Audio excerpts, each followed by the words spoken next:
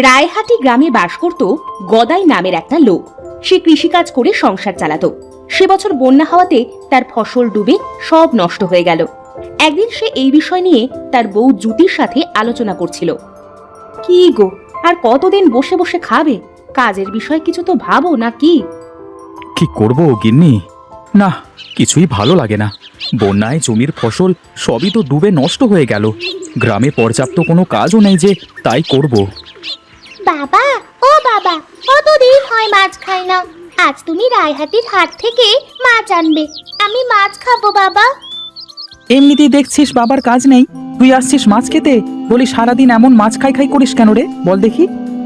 আহা, তোরা থাম দিগিনি। দুটোতে এক জায়গায় হলেই হয়, খুঁটি নাটি ঝগড়া করতেই থাকবে। এমন সময় সেখানে গদাইয়ের বন্ধু দীনেশ এসে গদাইকে বলল, কিরে বন্ধু, তোরা এক জায়গায় বসে কি কথা বলছিস? তো তোদের মুখটা এমন শুকনো লাগে কেন? হ্যাঁ? ও কিছু না বন্ধু, আয় আয় এখানে বস।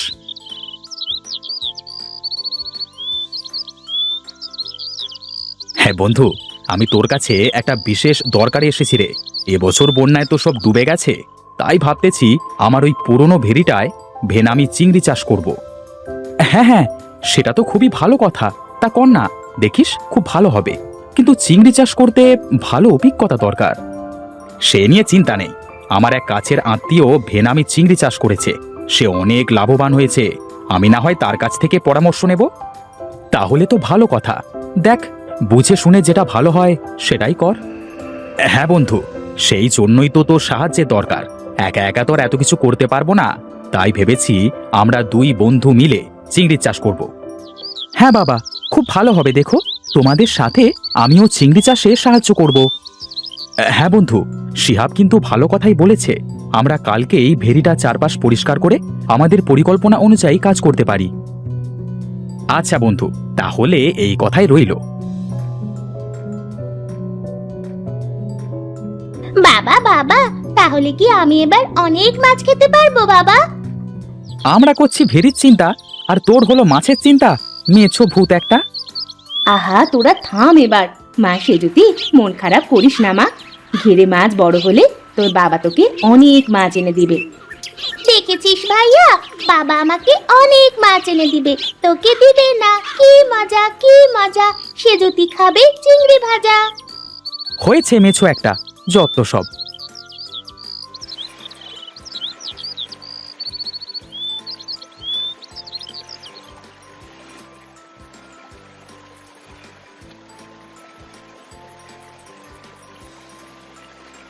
পরের দিন তারা তিনজন মিলে ঘের পরিষ্কার করে তাতে ভেনামি চিংড়ি ছাড়ল।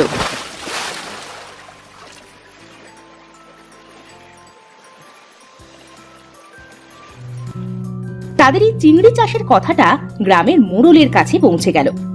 মোড়ল সাহেব, মোড়ল সাহেব, আপনার তো সর্বনাশ হতে বসেছে। আরে হাবু, কি বলবি একটু থেমে বল। এমন করে হাঁপাচ্ছিস কেন? হ্যাঁ মোড়ল সাহেব, মোড়ল সাহেব, দিনেশ আর গদাই মিলে তাদের ভেরিতে চিংড়ি চাষ করছে। ওরা যদি ওই টাটকা চিংড়ি রায়হাটির হাটে বিক্রি করে তবে আপনার ব্যবসা লাটে উঠবে। কি বলছিস কি? ওরা যদি টাটকা চিংড়ি হাটে ওঠায় তাহলে আমার এই বাসি পচা চিংড়ি তো আর কেউ নেবে না। হ্যাঁ মোড়ল সাহেব, আমি তো সেটাই বলছি। আচ্ছা, চুপচাপ থাক, দেখি কিছুদিন যাক, পরে এই বিষয়ে ওদের সাথে কথা বলবো। এভাবে বেশ কিছুদিন হয়ে গেল। একদিন গদাই দীনেশকে বলল, হ্যাঁ বন্ধু, মাছগুলো বেশ বড় হয়েছে। 1-2 সপ্তাহ পর থেকেই বেচা যাবে বলে মনে হয়। তাই বলছিলাম রায়হাটির হাটটা একবার দেখে আসতে হতো। কি বলিস বন্ধু? তা কথা মন্দ বলিসনি। চল আমরা আজই গিয়ে হাটটা দেখে আসি।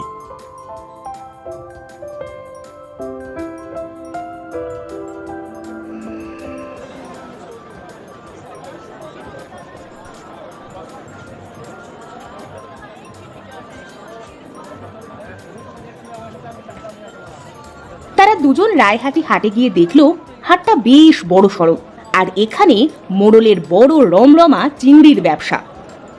বন্ধু, হাটটা বেশ বড়, কিন্তু আমাদের টাটকা চিংড়ির খুব চাহিদা হবে এ বাজারে। হ্যাঁ বন্ধু, ঠিকই বলেছিস। তা কি পরামর্শ চলছে তোমাদের দুজনার ভেতরে?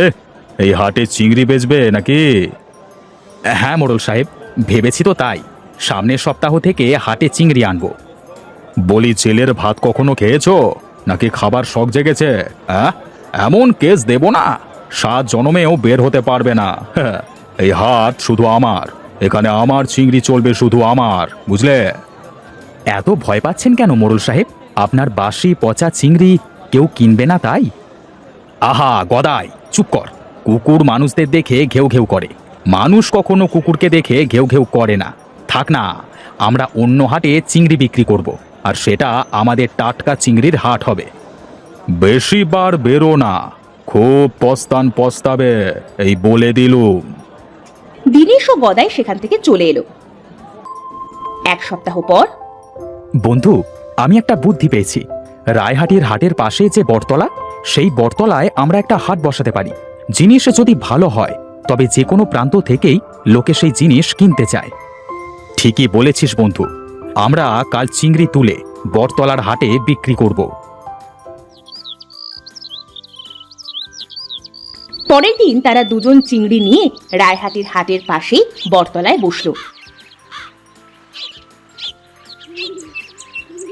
তাদের এমন টাটকা চিংড়ি দেখে মানুষ সেখান থেকেই হুড়োহুড়ি করে চিংড়ি কিনতে লাগলো।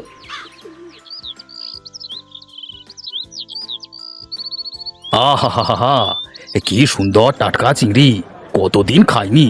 মোড়লের পচা বরফ দেওয়া চিংড়ি খেতে খেতে এই গলাটাও পচে গেছে। হ্যাঁ দাদা, এখন থেকে চিংড়ি কিনতে এই বটতলার হাটে এসো। রোজ রোজ এখানে টাটকা চিংড়ি পাবে। এদিকে মোড়লের চিংড়ির হাট আজ ফাঁকা দেখে সে তো বেজায় রেগে গেল। হাবু, এরা দুজন আমার যে সর্বনাশ করলো, এদের আমি দেখে নেব। আমার ব্যবসার লালবাতি জ্বালিয়ে ওরা ব্যবসা করবে, তা তো কখনো হতে দেব না আমি। তাহলে এখন কি করবেন মোড়ল সাহেব? শোন তাহলে, আজ রাতেই ওর ঘেরে আমি বিষ ঢালবো। সময় মতো রাতে চলে আসিস।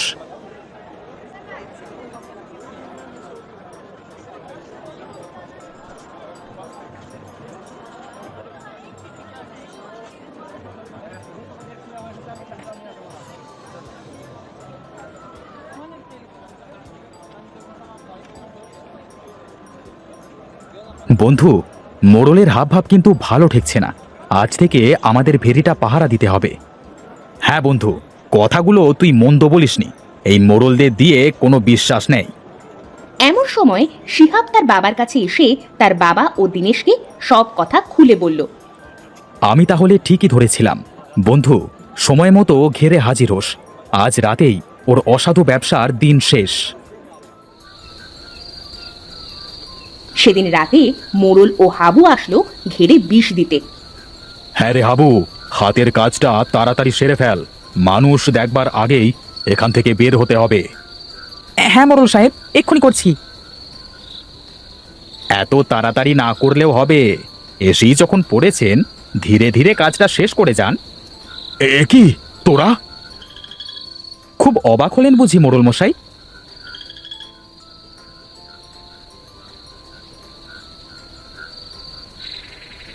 তোর সব কুকর্মের দিন শেষ। মানুষকে অনেক জ্বালিয়েছিস, এবার সারা জীবন জেলে বসে 2 নম্বরের হিসেবটা করিস। দারোগা বাবু,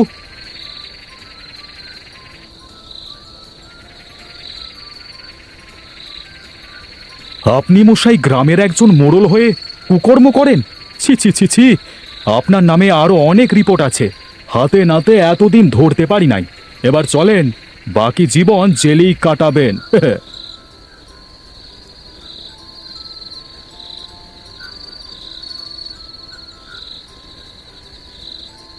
বাবা শিহাব, আজ তোর জন্য বড় বাঁচা বেঁচে গেলাম। না হলে যে কি উপায় হতো তা বলার বাইরে। বন্ধু, কাল মাছ মেরে আর হাটে নেব না। কালকের মাছ সব তোর। তোর ছেলে মেয়েকে কাল পেট ভরে মাছ ভাত খাওয়াবি।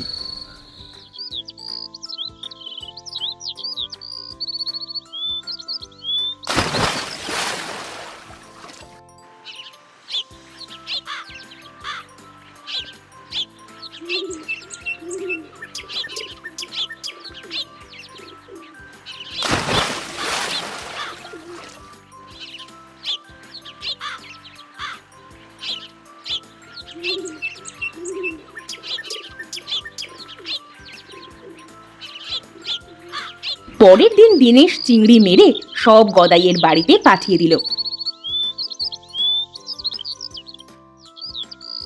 সেজুতি এত চিংড়ি দেখে বলল, ও মা, এত মাছ, সব আমার জন্য, সব কিন্তু আমি খাবো বাবা। মেছো একটা, সব তোর মাছ, তুই আজ যত মাছ খেতে পারিস ততই খা। কি মজা, কি মজা, সে যদি খাবে চিংড়ি ভাজা, সব মাছ সে যদি খাবে।